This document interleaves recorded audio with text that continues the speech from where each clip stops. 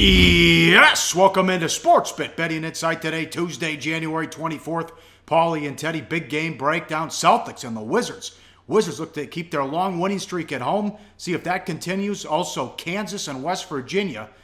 And Jimmy Vaccaro with 5 great minutes to deep dive how the prop bets all started years ago when he was at the MGM. We recap how the books did and an early look at the Super Bowl as well. Bad beats, bad bets, bad for the books coming up. We start with what the hell happened in the NBA last night, Teddy. Look at this. 8 big dogs outright. Charlotte -6, Detroit -7, Atlanta laying 7.5, Cleveland -10, Houston -5, Pacers and Jazz, not to mention the Warriors laying 11. They all lose. Lose in straight up fashion. Look at the point spread margins. I mean, of the 9 games in the NBA last night, 8 of them were decided by double digits ATS.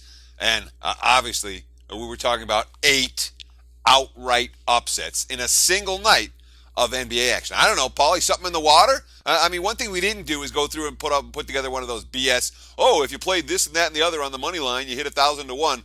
But last night was one of those nights where if you played this and that and the other on the money line, you probably hit 1,000 to 1 on something. It was incredible the way the dogs were barking. How about what happened to the Warriors? Dragic and Waiters outscored Curry and Thompson, and they played 5 minutes less? Yeah, and Golden State, second of back-to-backs. It's been a stretch where they were at the top of their game. Weren't on the top of their game last night. And Dragic and Waiters, it can happen where for a night they outscore Curry and Thompson. What about in Brooklyn last night? Pops, let's see. He sat Kawhi Leonard and Tony Parker and Pau Gasol and Manu Ginobili. Oh, and by the way, they covered the spread by 18 without any of those guys against the Nets. The best defensive performance out of San Antonio we've seen in weeks with the reserves on the floor. Normally a bench group that plays up-tempo. Last night they were playing defense. And, of course, with all those guys sitting, there was a ton of Brooklyn money. All that money got burned. Wasn't the only game that the books took a beating, or that the bettors took a beating on last night.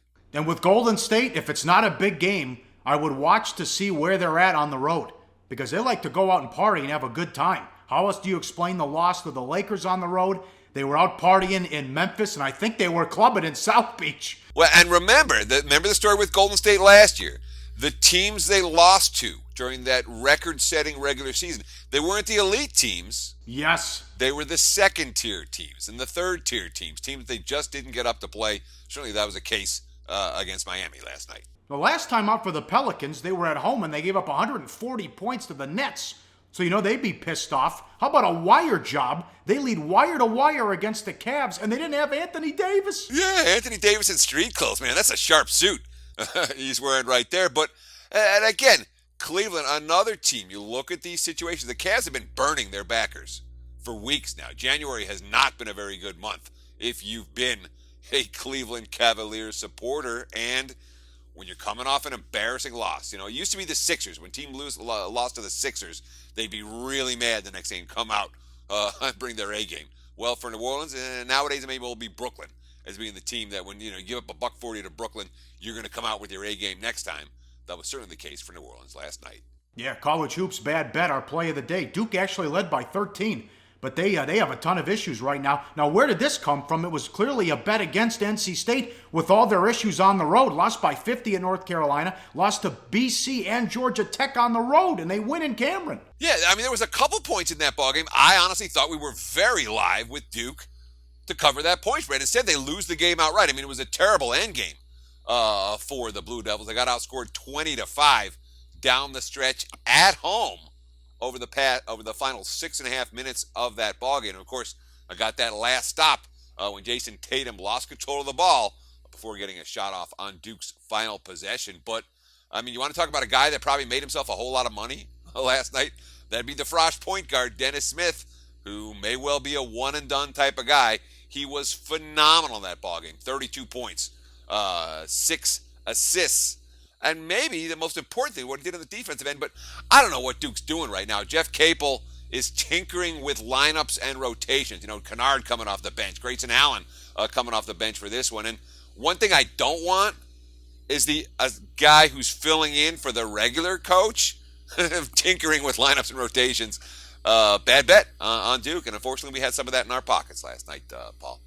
Also, the last time they won there, too, was when Coach K was out with the back issues. That's it? That's amazing. They've only won there 2 times Coach K's been out because of the back issues. What do we have? Gambling 911 here. Well, we're talking about the story with Sheldon Adelson and the issues with online gaming. We've been trying to bring up stories about online gaming and the legalization and some of the issues with legalization and what the conventional wisdom is, what the thought process is.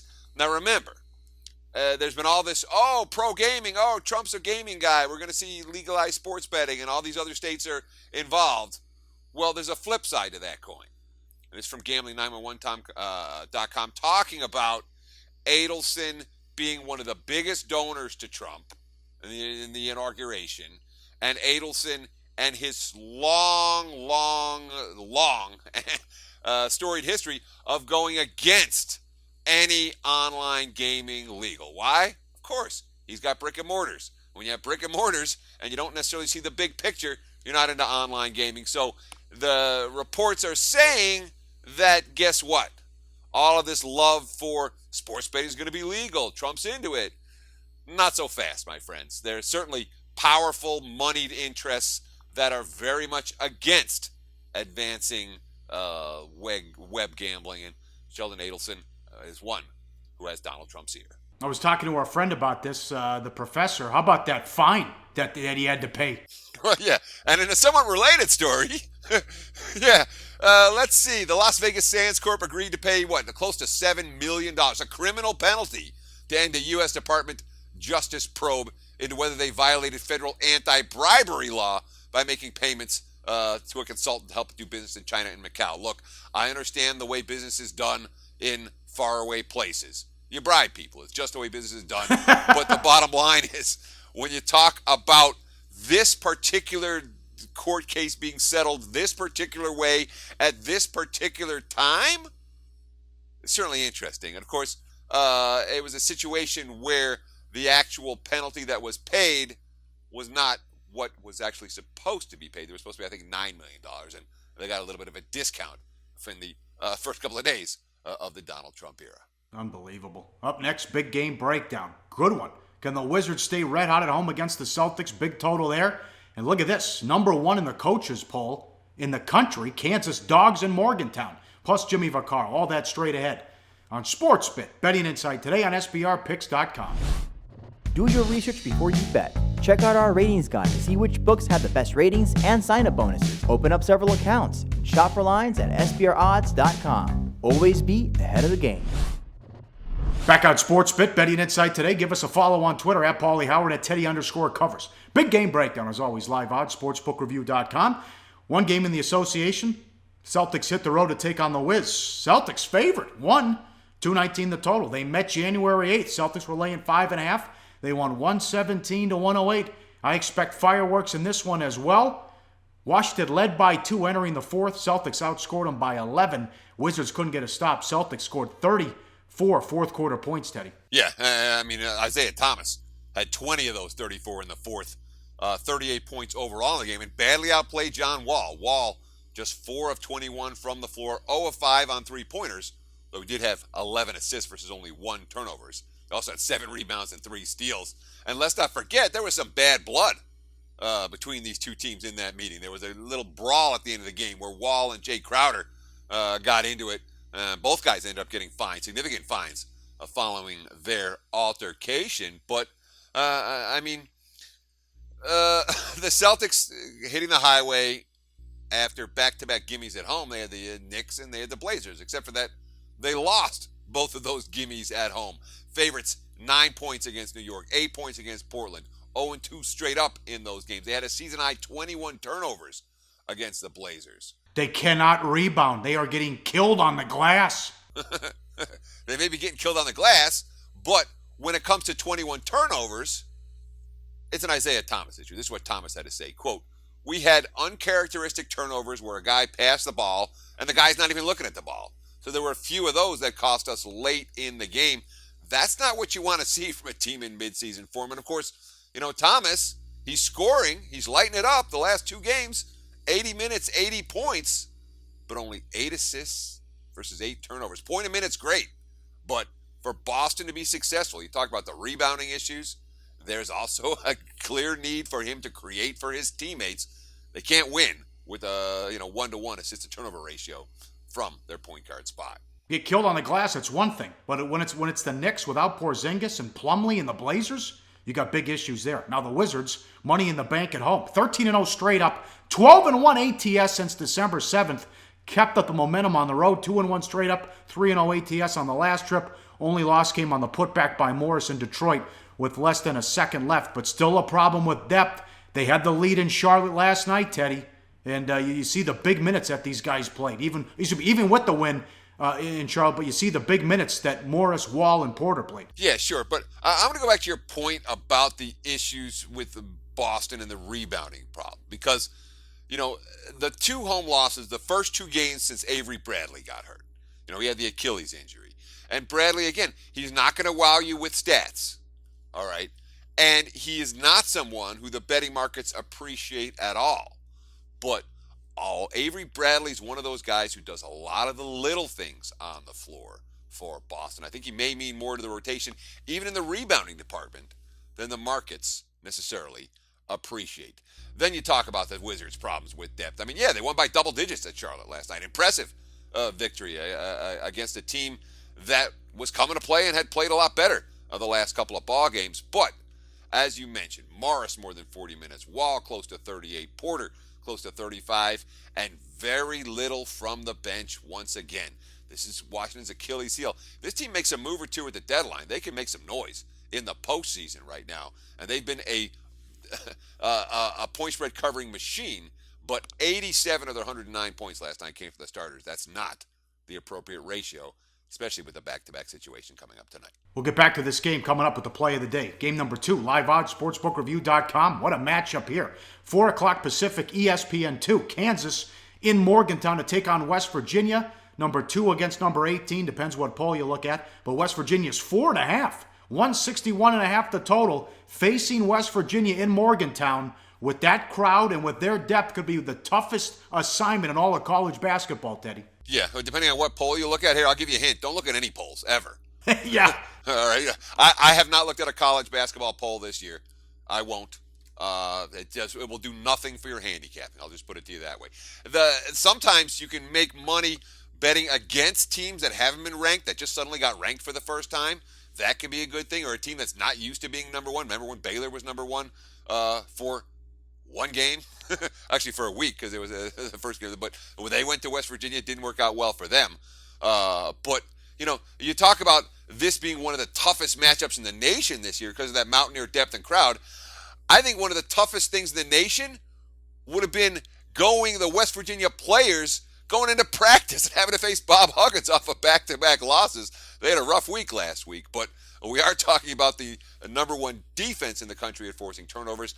31% of all opposing possessions end up in turnovers. They're number one in the nation at coming up with steals. 16% of the time that opponents have the ball, it gets stolen. Again, 10 players in their rotation, so the defense never lets up. They're always fresh. But one thing we worry about in this point spread range, Pauly, the Mountaineers don't make free throws. Just 65% from the charity stripe. That's key in this spread range.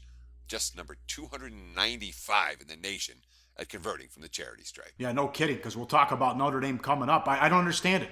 I mean, you put a gun to my head, I'll have problems running 2 miles. But I can go out without practicing and knock down 7 of 10 from the free throw line. I was in a Knights of Columbus contest years ago. I got the trophy to prove it. Well, years ago, I was actually like 14. But in any event. I'm taking the under, Pauly. I'm taking under 7 out of 10 for you. First try. Bullshit. I'm taking the under. Just tell me what I'm taking. It's easy. It's practice and concentration. How are you 65% from the line? That's embarrassing. That's a team. That's a team. I can't believe it. All right. Hell of a game, though. What do you think here in terms of, look at the total, Teddy. I mean, you expect a frenetic pace here? Well, I mean, look, Kansas, they're 0-3 straight up and 0-3 against the spread here in the last 3 seasons. They have a senior point guard in Frank Mason, but he's got 88 minutes on the floor, and they've lost to the spread by 25.5 points in those minutes. They lost by double digits here last year. They got revenge, winning at home in the rematch. Both of those games staying under the total. And the conventional wisdom, of course, the senior point guard is going to be good versus the press. I wonder if this is a little bit different. Mason, 7 turnovers versus only 2 assists here last year. And he's also the Jayhawks' leading scorer. The guy scores more than 20 points per game. I wonder if having to deal with the press is going to take away from his shooting, because he's been shooting lights out all season. 52% from the field, 54% from three-point range. That almost never happens for a point guard. All right, let's give them one more, huh? Live odds, sportsbookreview.com. It's a good game. It's number 12, Virginia at number 14, Notre Dame. The Irish are 1 at home, 132.5 the total. Bray has not been able to solve Tony Bennett. 4 meetings since Notre Dame joined the ACC. Throw up this graphic. Look at this. 2014, Virginia was 3.5, won by 15. They also were 11.5, blew them out by 21, won by 6 in 2015, laying 2. Last year, just got the money, won by 11. They were laying 9.5. That's plus 26.5 ATS. Yeah, sure. But, the Cavs they are who they are. It hasn't changed for Tony Bennett. Number 6 in the nation in defensive efficiency. Number 351 in the nation in pace. Oh, there are 351 aligned college basketball teams when it comes to pace. I shouldn't say line team. There are 351 teams who get statistics compiled for them. And Virginia, the slowest of those teams. But, dead last in pace. It's not all defense this year. The one thing that Virginia doesn't have, they don't have a go-to scorer. They had Brogdon last year. They don't have it. They are the only major team that doesn't have a single player scoring at least 12 points a game. The senior, London Perrantes, is their leading scorer at 11.6.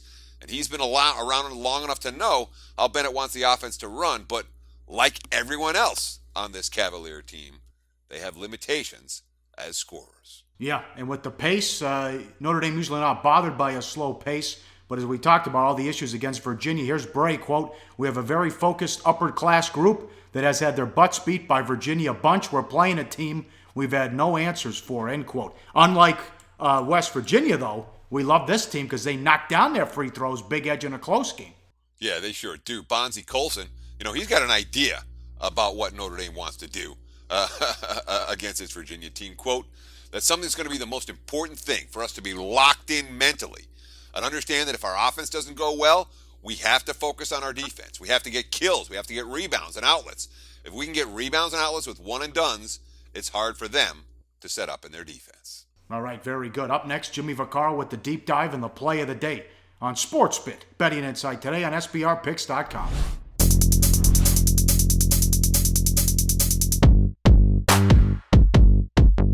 That's right, the 8th annual SBR Forum Bash will be held at the breathtaking all-inclusive Hard Rock Hotel in Punta Cana on Super Bowl weekend.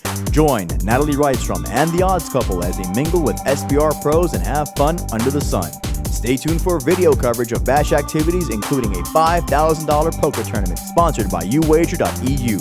Only on SBR, your sportsbook authority since 1999. Time for the deep dive with Jimmy Vaccaro, bookmaker for over 40 years. If you're ever in Vegas, go see him at the South Point. Give him a follow on Twitter as well. So we have the biggest total in playoff history. A team gets shut out in the first half, and it still goes over, Jimmy. Come on. No problemo, young man. If you stick that in your parlay, which about 65% of people do, you sit and you wonder, but obviously, they put their money up and they're entitled to win. But the way that they're getting over in the second half, it's almost like it's almost like more secure to bet the second half total over because you're getting there in the third quarter. But it's something that I've never witnessed. It's something that I've been around a long time, and seeing totals in 60 and 61 and getting the money betting the over is taking. I would never use the word taking used to, only because you've seen so many things when you're on my side of the counter in the past odd number of years. But it is something to behold, and they get there. And simply when they strike quick in the third quarter, then everybody has to start throwing the ball around the field, and obviously then it opens up. But you play the over, you cash your ticket. We mentioned this before, and we've been watching this a long time. But these guys don't give up anymore. I'm talking about the coaches too. Why is Rodgers in the game down 30 with 6 minutes? Because it's Bill Belichick, and they have that same, they have that same 101 book that you keep your starters in the entire game. He's the only one that I would think really, really press it, although about 80% of them follow suit, not to the degree that he does, but I don't know why. And actually, obviously, we all saw the same game, and Brady got hit twice in that last series. I mean, if something would have happened, I don't know how you live it down from that standpoint, but they got away with it again after being hit, like I said, 2 times on that last drive. But they're in there to keep running the score up. They're kicking field goals, 3rd and 4 instead of running it. They're passing the ball, but that's a new wave of doing it, I suppose. Until it really bites someone in the ass, Pauly, I don't think we'll ever see any change. Yeah, well, I know I'm watching the game with a couple friends. It's like, what the hell's Rodgers doing in the game? It doesn't make any sense. That's the last thing you need, that he's out 6 to 7 months in the final game of the season when you can't win. Good day for you. I mean, close to a scoop, Jackson. I mean, Green Bay straight bets, Green Bay money line, Green Bay on the teasers. Packers second half didn't cash either. Yeah, it wasn't bad. Obviously, when you win something like that early, from my side of the counter, where there was so much Packer teaser money that you almost insured yourself a win. Although quirks happen, but you're in good shape as far as this side of the counter. But you only got to remember, different than a money line parlay bet as opposed to a teaser bet. Okay, we knocked down the Packers early, but in your 2-team teaser, let's go to the second game. If it would have somehow fell on the number where something like 12 or 13, remember it's just it's a refund of money. So even though the Packer losers, you would have to refund the money. You have no bet. In teasers, if you have 3 or more teams, if you get something that falls on a number, it just simply reduces it to the next team down. But in a 2-team teaser, it reduces to 0. You can't win or you can't lose on a 1-team teaser. So a little bit of a sweat for the bookmakers there. If the second game would have somehow fell on the teaser, that would have knocked all the 2-team losers out into pushes. But that's the racket. That's the way it goes. But yes, we did good. Majority of the tickets later were on the favorite and over there, so it took a little bite. But I'll take the Sunday outcome only because you insure yourself of a win going into the second game, just about no matter what happens. How did it break for you with Patriots and the over, and it goes over with a garbage time touchdown? Yeah, well, obviously that was a loser too. I mean that added a little bit to the payoffs on the late game. But here we go again. Scoring late. I believe both teams scored with, around 3 minutes ago to put the totals over, and you saw it again where there's just simply no let up. But yeah, we paid out. We paid it probably 15% more than we did on the game, only because when the over came, it surely connected to a lot of other early things. Yeah, how about the Le'Veon Bell props? I mean, you just put those right in the drawer, right? Guy gets hurt that early? Yeah, there was something. And it looked like it. Obviously you can't see an outcome of a game unless you watch the entire game. But it looks like Belichick has something up his sleeve anyway to at least slow this kid down. Even the first few carries, he wasn't dancing around at the line of scrimmage. I don't know what the X's and O guys did, but Belichick, he's just a wizard of obviously playing against your strength and slowing that down. The injury, you had no chance when you saw him, starting to limp a little bit, betting the yardage total. But that's the racket. It goes 2 ways. Remember, if you bet under, you're looking to about 80% winner. So it's a 2-way proposition. Anytime that people think we're getting the best of it, it happens the other way too. So we'll see what happens with 300 props coming up in about almost 2 weeks. How creative will you be? And can you believe how interested and how people love these props so much? Well, it's just a way of extending a bet for the entire game, and you have something going almost every play. I mean, the understanding that here we are in an age where people like to do more for a little bit less. I've always considered this, Pauly, and I surely don't have the answer because I don't really take track of everything, but just standing behind the counter as I have for so many years with these Super Bowls, it's about 5 to 8 proposition bets that the people in your book, what you would call the recreational people, wanting to understand, I can have fun the entire game. First pass, complete or incomplete, the safety, obviously, anything that has to do with length of the game there, you're always involved. So I believe people spend between probably $20 and $100 just on the prop bets alone, meaning 4 or 5 bets with $10 to $15 or $20. Now, yes, the smarts jump in where they see there's something that apparently, if you iron this thing out, they have a little bit the best of it. Nobody has a big deal best of it anymore with these things because we've been doing that for so long. We understand the rationale. We understand, obviously, the math that goes into it. So there once was a time where, you did have a hard time struggling to make a decent profit. You always made a small profit because there was just so much money betting and so many people just involved in it. But not anymore. Even, what you call them smart guys or whatever. If they win maybe 2 bets out of the 2 more than they lose during the process of the game. There's just too many kids. It's a completely different audience, but can you tell how this all got started with the refrigerator Perry prop? That kicked everything in the ass at that particular time. Then the whole country wanted to know what the hell was going out there when they heard reports the day after that everybody was screaming and hollering up and down the strip because Refridge went in there and Peyton didn't get the carry. At that time, I was at the MGM. I fared pretty well. I only lost about $40,000. My friends across the street blew it about $200,000. So at that particular time, it started the revolution. It was the greatest promotion money we've ever paid. That I can't tell you. Wow. Do you remember what it opened at and what it closed at? Yeah, I think it opened around 3-1, closed maybe $1.40, something like that. Unbelievable. Are you happy with this matchup? Do you think we'll get a record handle? It's a little hard to say early because it's not such a solid number. There's not a lot of juggling, last night. It just simply seems that it's better off in the game is 1, 2, or 4.5 or 8.5 because you see a lot of positioning. With the 3, nobody's really jumping up there and showing their hand yet. In this state of Nevada, we have a small chance of going to 3.5. We'll never go to 2.5 in Nevada. I would bet another dinner with you, my friend. Offshore is a different understanding, different model. But here, possibility next Sunday, to go to 3.5, but never 2.5. All right, you're the best. Thanks for 5 great minutes. Talk to you soon. Thank you. Wrapping it up on SportsBIT. Great to talk to Jimmy Vaccaro. Ask and you shall receive. Back in the day, hey, can you put up that refrigerator Perry prop? Will he score a touchdown? You got it, and then the books get carried out with what happened in the Super Bowl win against the Patriots. They give the ball to the fridge instead of Walter Payton. It still drives Ditka nuts that he knows he made a huge mistake there in that one. All right, let's get back on track. 4-1 last week. We mentioned the loser with the Dukies on Monday. Let's go. Let's change it up, Teddy. Where are we going? Back to Notre Dame. Absolutely. Game number 742. The Notre Dame Fighting Irish minus the 1. What do we have? Focused upperclassmen in quadruple revenge against a team I think they can beat.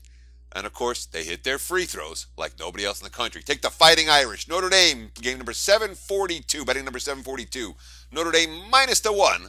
That's our play of the day. Also very impressed with the close loss at Florida State, too. And that one is a hell of a team that Bray has this year. Wednesday, big man on campus, talk college basketball. Hope that goes well. That should be fun. And Thursday, the Google Hangout chat. Every Thursday, 8 Pacific, 11 on the East Coast. All your questions will be ready to go on Thursday as well. Thanks for watching. Tell your friends. Let's keep it going. SportsBIT, betting insight today on SBRpicks.com.